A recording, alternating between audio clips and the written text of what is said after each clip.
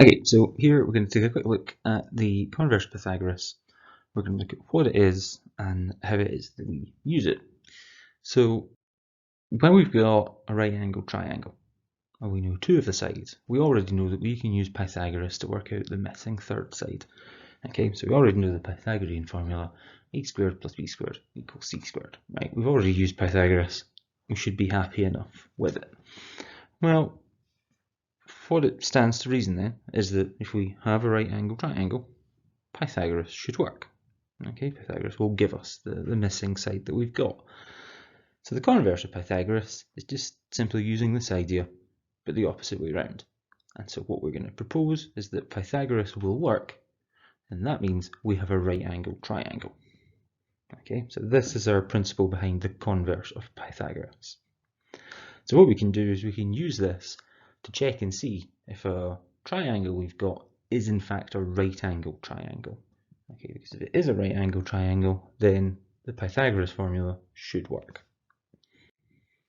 So, is the following triangle a right angled triangle? Now, the temptation when we're doing these is to just simply look at it and go, yeah, it looks like a right angle. Okay, but they'll always look like a right angle.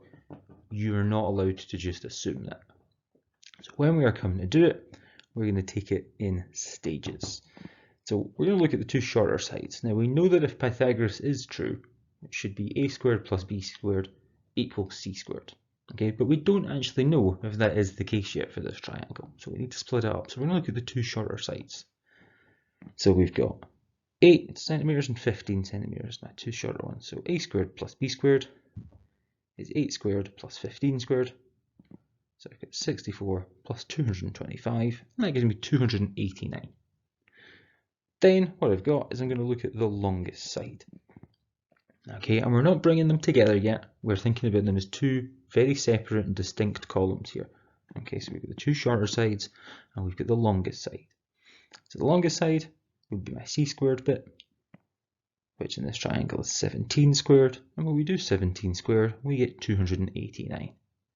So we find that 289 is equal to 289, which means that the 8 squared plus 15 squared was equal to 17 squared. Okay, we've proved that they are equal, it's fine, and so as a result, by the converse of Pythagoras, this is a right angled triangle. And we found here that the angle has to be 90 degrees.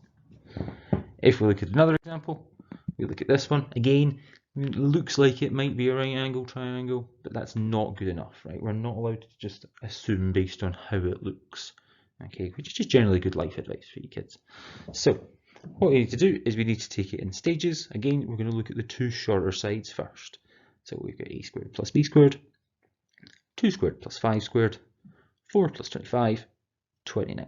Okay, all simple arithmetic so far. Separately, we're going to look at the longest side, so c squared, and that gives me 7 squared in this instance, which is 49.